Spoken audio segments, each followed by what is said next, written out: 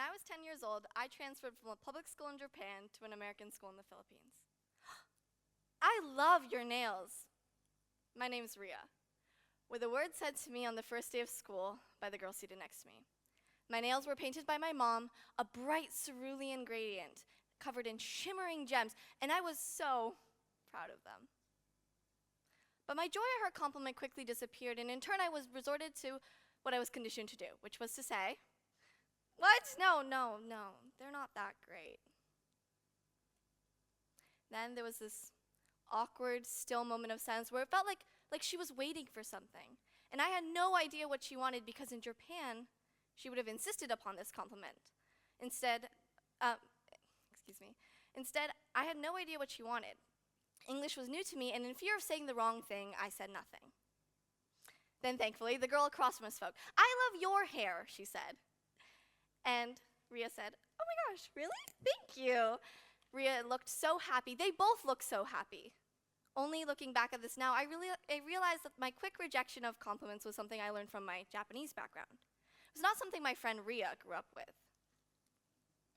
This encounter taught me very quickly that I needed to change my understanding of politeness, my behavior, and my own self if I wanted to fit in. So, saying thanks without saying too much. Navigating the cultural compliments maze.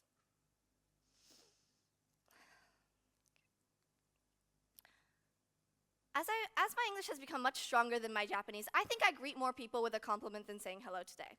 Nessa Wolfson at the University of Pennsylvania states how Americans especially place a high value on compliments, explaining that compliments are often given during a conversation in an effort to establish positive social relationships. But in Japan, compliments are not said as a greeting, especially between strangers, and are not said as often during a conversation. How we respond to praise can be a surprisingly complex dance, influenced by cultural norms, and even our own sense of identity. The beauty of a compliment is that it can have such a unique and powerful impact on the person receiving it. But we don't all know what to say after being given one. So today, I'd like to explore how compliments have different effects depending on where you are and who you are. Then discuss how we can approach compliments in a setting like SAS, where we all have diverse backgrounds and experiences that respect ourselves as well as others. In Western countries, a direct and confident response is seen as the norm. Accepting praise can be seen as acknowledging your worth and showing appreciation for the complimenter's kind words. But in Japan, deflection is more common because there's an importance placed on one to show humility, politeness, and respecting the power dynamic between you and the complimenter. The idea that those who have lived longer are more wiser and respectful, therefore deserving of a compliment, is an important power dynamic in Japanese society that leads to compliments being given to the elderly more often. Kaio Fujiyama-Wilson, a researcher of pragmatics at the Yamaguchi University, noted how 67% of compliments given by American students were related to appearance, while only 19% of compliments given by Japanese students were related to appearance. Instead, Japanese students decided to comment others on their wealth, education, job skills, or other things other than their appearance. Now, in another study where Japanese and Americans exchanged compliments, Americans were unable to comprehend why Japanese people were complimenting them on their wealth or education. In a way, an American English speaker is less likely to find a compliment a Japanese person would find flattering, acceptable, or complimentary.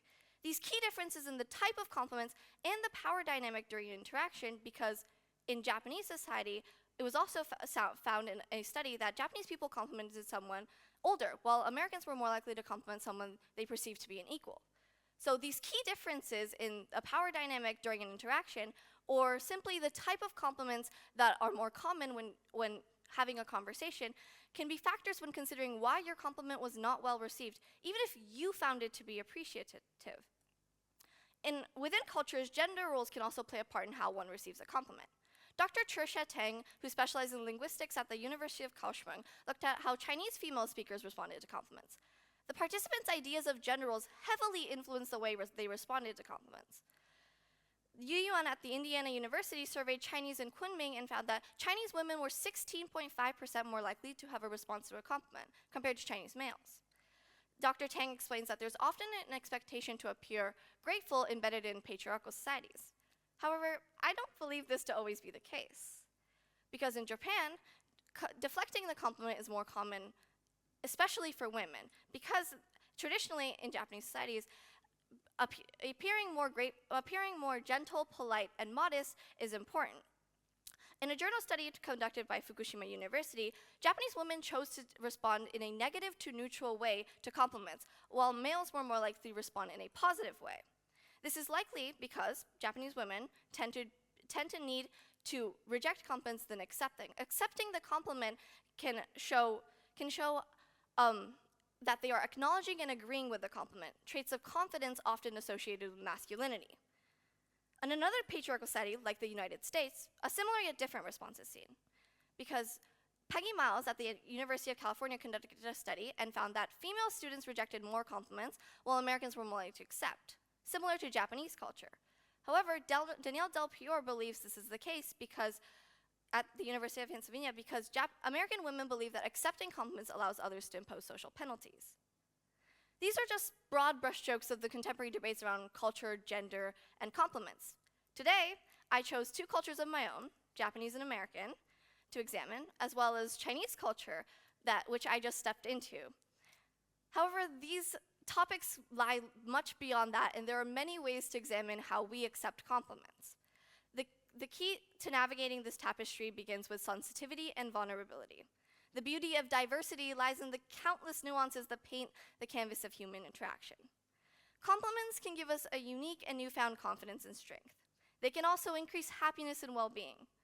But it's important to respond in a way that feels true to you and your cultural landscape, because forcing someone to be grateful or expecting a certain type of acceptance does not build long-lasting relationships.